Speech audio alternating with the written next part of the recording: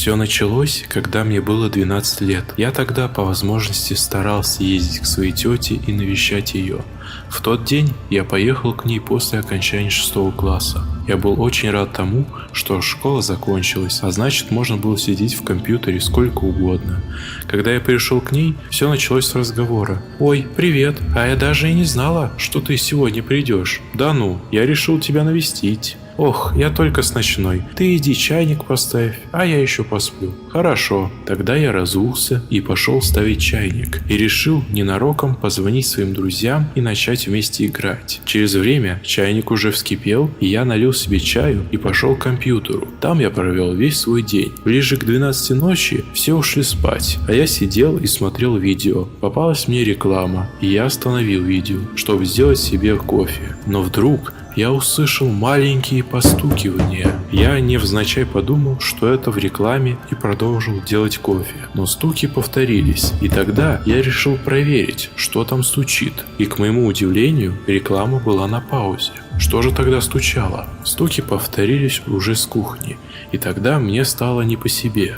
Но я постарался найти объяснение этим стукам, и списал я все о глюке от недосыпа. На следующий день ничего не было, как и после него. А вот когда моя тетя уехала в ночную, началась полная ахинея. Той ночью я сидел и болтал с другом. Его родители уехали, и мы могли болтать долго, но через время ему захотелось спать, и мы попрощались, и я пошел смотреть видео. Но вдруг через время послышался еле слышный скрежет и постукивание, и тогда я уже не мог списать это на видео или глюки, ведь вкладка с ютубом была закрыта, и глюков не могло быть, так как я проспал весь день до вечера. И тогда мне стало страшно, ведь объяснить я не мог. И как вдруг раздались громкие удары по стеклу. Тогда мельком через штору я увидел это: скрюченные пальцы, невероятно большие руки и лицо. Оно было без глаз и без ушей, и гниющие местами было видно череп и челюсть без кожи. Тогда раздался еще один удар, и я услышал тихий треск стекла. Я понял, что еще один удар оно не выдержит, и тихо побежал в ванную. И когда я закрылся, я услышал треск разбитого стекла и тяжелые шаги. Я сидел и не мог дышать или даже пошевелиться. Я молился, чтобы оно меня не заметило. Вдруг я увидел тень под дверью ванной. Оно остановилось у двери и принюхивалось. Тогда я чуть не потерял сознание, но оно пошло дальше, и тогда я уже вырубился. Проснулся я от того, что моя тетя кричала и звала меня.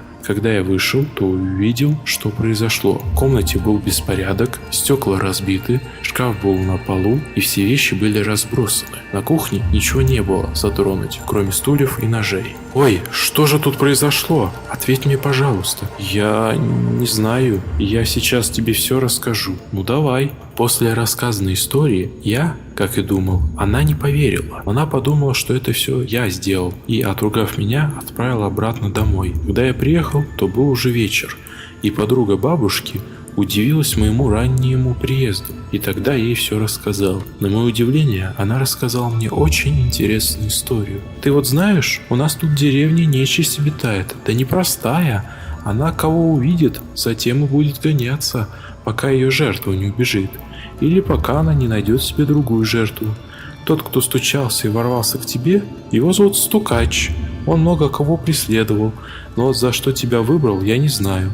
Но знай одно, тебе нужно найти другую жертву или просто спрятаться. Но коль ты домой идешь, знай, твоя бабушка уехала, и дома ты будешь один, так что можешь у меня остаться, если хочешь». Да, мне не хочется идти домой и быть там одному. Спустя время я уже сидел у тети Вали и слушал, как правильно закатывать огурцы. Но я тогда думал об одном: что мне делать, и правдива ли история, или эта старушка решила подшутить надо мной, этого я не знал. Когда тетя Валя ушла спать, я тогда сидел на кухне и думал о своем. История как-то сама забылась, но когда я услышал стук по деревянным бревнам, я сразу все вспомнил, и тогда мне пришла очень плохая идея. Я решил попробовать отдать тетю Валю этому существу, ведь сама бабушка говорила, что она ненавидит эту бабку и давно давно бы убила, только здоровье не позволяет, да и сама она мне не нравилась. Но в своих мыслях я пропустил то, что оно уже почти разбило тряхлое стекло, и когда я встал, то осколки полетели прямо в меня, резали щеку, и тогда я побежал к тете Вале и стал ждать его. Тетя Валя